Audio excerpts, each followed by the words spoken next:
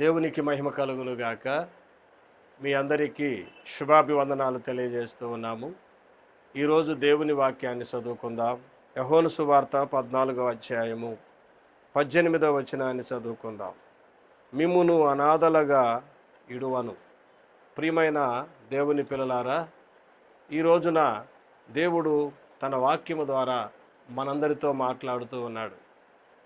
నిజమే కదా, అనేకమైన శ్రమలు, శోధనలు, కష్టాలు, ఆర్థిక పరిస్థితులు మనకి ఎదురైనప్పుడు మన వారందరూ, మనం నమ్మిన వారందరూ కదా, కొన్నిసార్లు వారికి ఉన్నటువంటి బాధలు, వారికి ఉన్న ఇబ్బందులు, వారికి ఉన్నటువంటి ఆపదలు, వారు మనలాంటి మనుషులే గనుక వారు మనల్ని ఆదుకోలేకపోయినప్పుడు, మన అవసరాలలో సహాయపడలేకపోయినప్పుడు, మనల్ని పట్టించుకోనప్పుడు మనం మాట్లాడే మాట ఏమిటంటే, నాకెవరు లేరు, నేను అనాథను అని మాట్లాడుతూ ఉంటాం.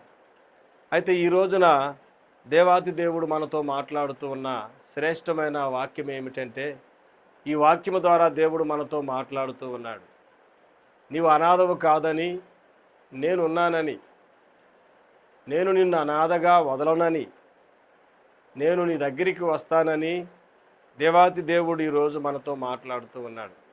కాబట్టి నీవు కదా దేవుని వైపు చూడాలని, దేవుని పైన ఆధారపడాలని, ఆయనే సమస్తమును చేయగలడని, ఆయనకు అసాధ్యమైనది ఏమీ లేదని, అన్ని సమయాలలో నిన్ను ఆదుకోగలడని ఈ వాక్యాన్ని నమ్మి దేవుని యందు విశ్వాసం ఉంచి, నీకున్నటువంటి పరిస్థితులు ఏవైనా సరే కలవరపడక, దిగులు పడక, భయపడక, నాకెవరు లేరని కృంగిపోక, దేవుడిచ్చిన ఈ వాక్యాన్ని బట్టి దేవుని పైన ఆధారపడి నీ జీవితంలో ఉన్న ప్రతి సమస్యను, నీ జీవితంలో ఉన్నటువంటి ప్రతి కష్టాన్ని, నీ జీవితంలో ఉన్నటువంటి ప్రతి వ్యతిరేకతను, నీ జీవితంలో ఉన్నటువంటి ప్రతి నింద అవమానాలను దేవాతి దేవుడు ఎరిగి ఉన్నాడు.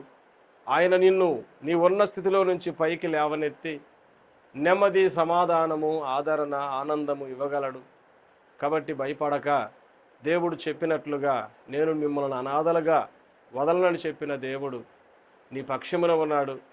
ఆయన పైన ఆధారపడి సంతోషకరమైన జీవితము, ఆనందకరమైన జీవితం జీవిస్తూ ఈ భూమి మీద దేవుణ్ణి మహిమపరచాలని ప్రేమతో తెలియజేస్తూ ఉన్నాను.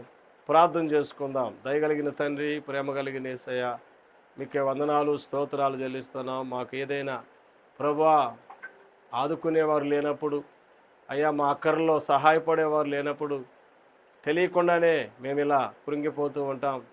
అయ్యా మమ్మల్ని ఎవరు పట్టించుకునే వాళ్ళు లేరని. కానీ ఈ రోజున నువ్వు మాతో మాట్లాడావు.